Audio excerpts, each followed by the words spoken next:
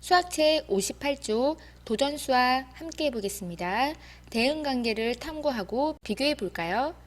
여러분, 도전수학 다 풀어보셨죠? 반드시 혼자서 풀어보고 고민하고 생각해본 친구들만 이 강의를 듣는 거예요. 아직 못한 친구가 있다면 스스로 풀어보고 강의를 들으시기 바랍니다. 여러분이 혼자서 다 풀었다고 믿고 선생님 수업을 나갈게요. 1번, 슬기는 사각형 조각으로 규칙적인 배열을 만들고 있습니다. 배열 순서와 사각형 조각의 수 사이의 대응관계를 알아보고 쉰째 필요한 사각형 조각의 수를 구해봅시다. 그래요. 구하는 거 먼저 알아볼게요.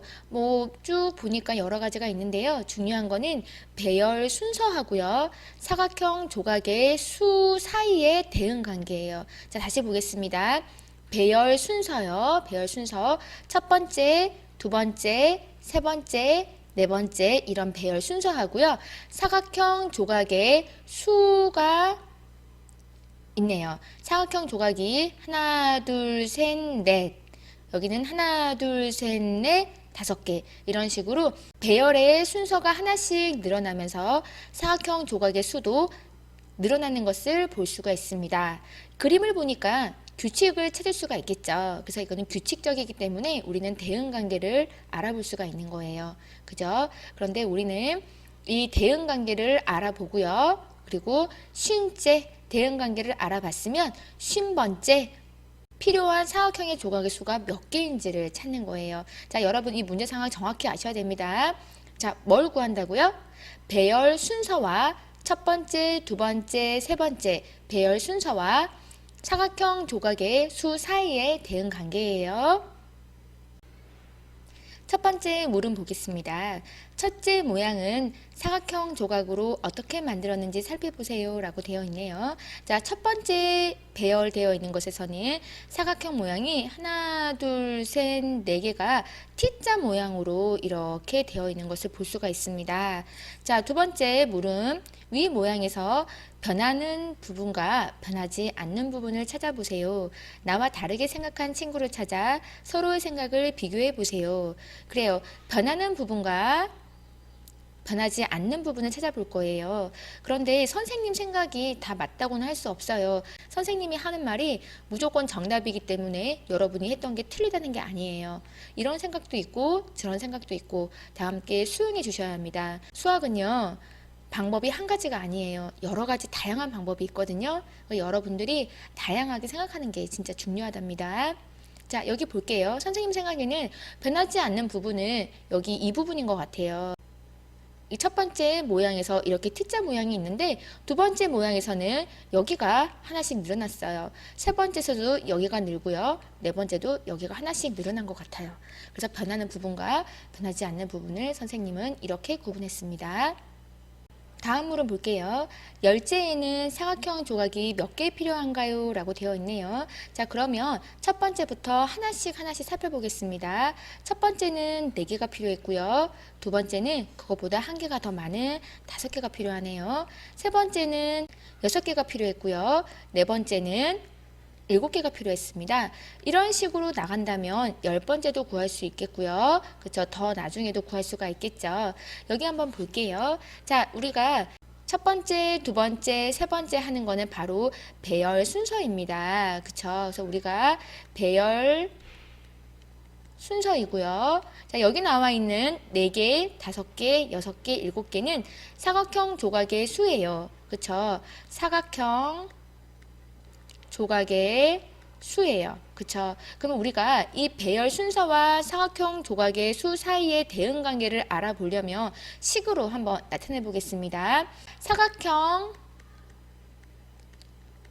조각의 수는 배열 순서하고 어떤 관계가 있는지 조금 대응 관계를 볼 건데요. 첫 번째인 경우에 배열 순서가 1이라면 사각형 조각이 4가 나왔어요. 그리고 두 번째라면 5가 나왔고요. 자, 이런 식으로 나간다면 이렇게 결과가 나오기 위해서는 여기에 필요한 계산식은 더하기 3이 되겠습니다. 맞습니까, 여러분? 1을 넣었다면 더하기 3에서 4가 되고요. 2를 넣었으면 더하기 3에서 5가 되고요. 이런 식으로 사각형 조각의 수와 배열 순서 사이의 대응관계를 찾을 수가 있을 것 같아요. 여러분 이거 이해할 수 있겠나요?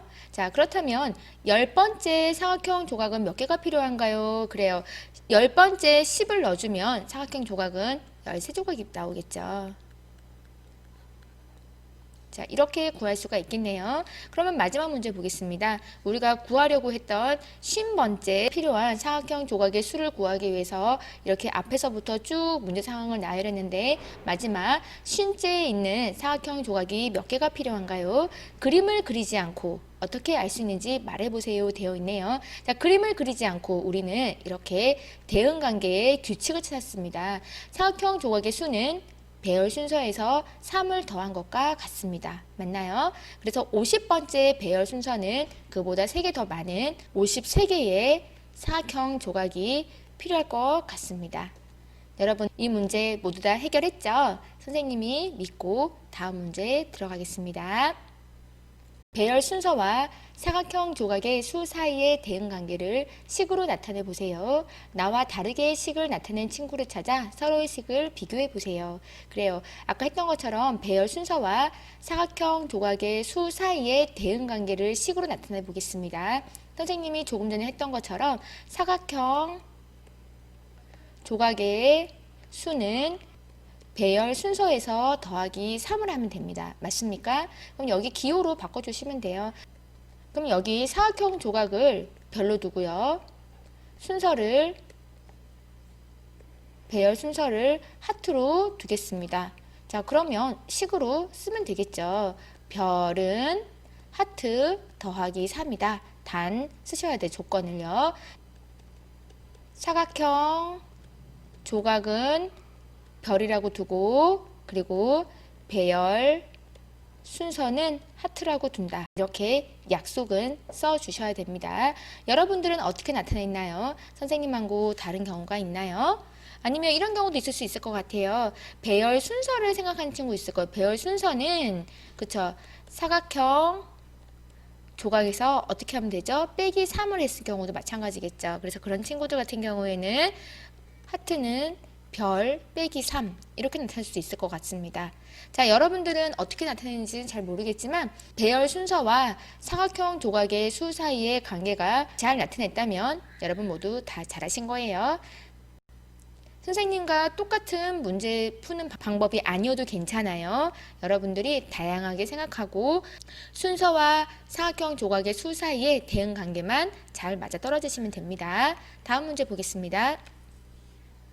2번 모양 조각과 수 카드를 이용하여 대응관계를 만들어 봅시다.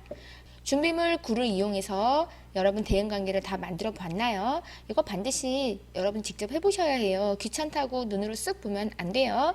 여러분 다 했다고 생각하고 선생님 문제를 보겠습니다. 수 카드와 육각형 조각으로 대응관계를 만들었어요. 자, 수 카드는 1, 2, 3, 4 이렇게 수 카드고요. 육각형 조각도 3장, 6장, 9장 이런 식으로 나가겠네요. 대응관계를 식으로 나타내 볼게요. 이때 대응관계는 수 카드 하고요. 육각형 조각이에요. 자, 여러분들 기준 뭘로 할지 보겠습니다. 수 카드를 잡을 수 있을 것 같기도 하고요. 육각형 조각으로 잡을 수도 있을 것 같아요. 그쵸? 수카드가 1이죠. 1일 때 육각형 조각은 어떻게 하면 만들 수 있죠? 육각형 조각의 수를 어떻게 하면 수카드랑 같아지죠? 자, 1이라는 것은 3에서 나누기 3을 하면 수카드가 할 수 있을 것 같아요. 자, 두 번째 볼게요. 육각형 조각이 6조각이에요. 6 나누기 3을 하면 수카드 2가 나오네요. 자, 세 번째 보겠습니다. 육각형 조각 9를 넣었다면 9 나누기 3은 3이 나오겠습니다. 맞습니까? 근데 여러분들이 이렇게 대응관계 식을 나타낼 수가 있겠고요. 만약에 내가 육각형을 기준으로 삼는다면 육각형 조각의 수는 수카드 수에서 어떻게 하면 나오죠? 그래요. 곱하기 3을 하면 나올 수 있을 것 같아요.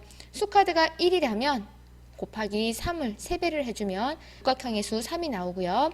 수카드가 2라면 곱하기 3을 넣어주면 육각형 조각의 수 6이 나옵니다. 이런 식으로 대응관계를 식으로 나타낼 수가 있겠습니다.